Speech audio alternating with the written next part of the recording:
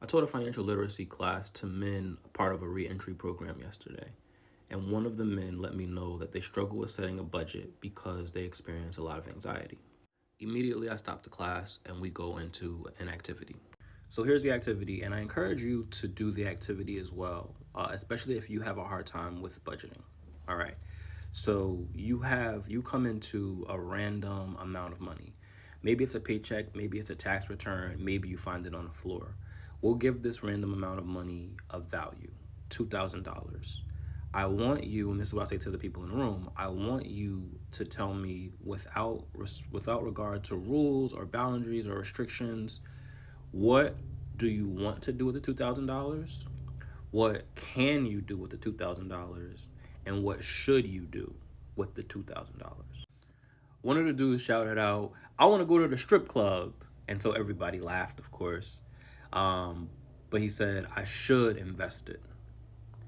And so I wanted to dig into that because the financial therapist in me was intrigued. Those are two extremes on the opposite side of the spectrum. You essentially you're wanting to waste this money, but you know that you should be investing it. Turns out what he and others actually wanted was a dopamine hit, right? He expressed that he, as a man, wanted to go into the strip club and experience the feeling of being valued, of being wanted, of being paid attention to. And having money to go into the strip club would give that to him. Um, Thinking through the lens of trauma informed empathy and understanding that this man was previously incarcerated. And so, of course, he wants to feel valued in a world, in a system that tells him he does not have value. But put a finger down if that is not everybody's story. Who doesn't want to feel valued? Who doesn't want to feel loved? Who doesn't want to feel appreciated? Who doesn't want to know that they matter? The problem is companies know that we all share this feeling, this desire, that we all chase this dopamine hit. 80% or around 80%, it could be 80 or more, of the decisions that we make around money are based off of our emotions. Companies have spent millions of dollars to understand sales and marketing psychology so that they can tug on the levers that elicit the responses that we chase through dopamine, right? Gamification is huge, even in investing platforms, sports betting, shopping on Amazon. Whenever you get the ding, ding, ding, ding, ding, you won, ding, ding, ding, ding, ding, you got it, that dopamine receptor is going, right? They hijack that and they encourage us to spend so that we can feel all of the things that we're looking to feel.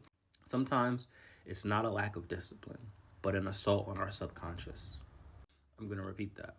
Sometimes it's not a lack of discipline, but an assault on our subconscious that causes us to act in opposition to the things that we say we want to do, especially when it comes to money. So, the lesson in this is intentionality and mindfulness. We are constantly being nudged in the direction of consumerism. We're being told to spend, to buy, in order for us to be valued, to feel, etc. And there is no amount of financial literacy that can combat that. But you know what can? Community, mindfulness, intentionality. This exercise of writing those things down so that you can sort through those feelings and then make an informed decision from a place not of emotion, but of rationale. And the goal should be to align the things that we want or our goals with our values and not with the things that people in society tell us that we should do. Because a lot of times those goals are misaligned, and that will create an unclosable loop that will lead to frustration and stress and anxiety in doing something as simple as setting up a budget.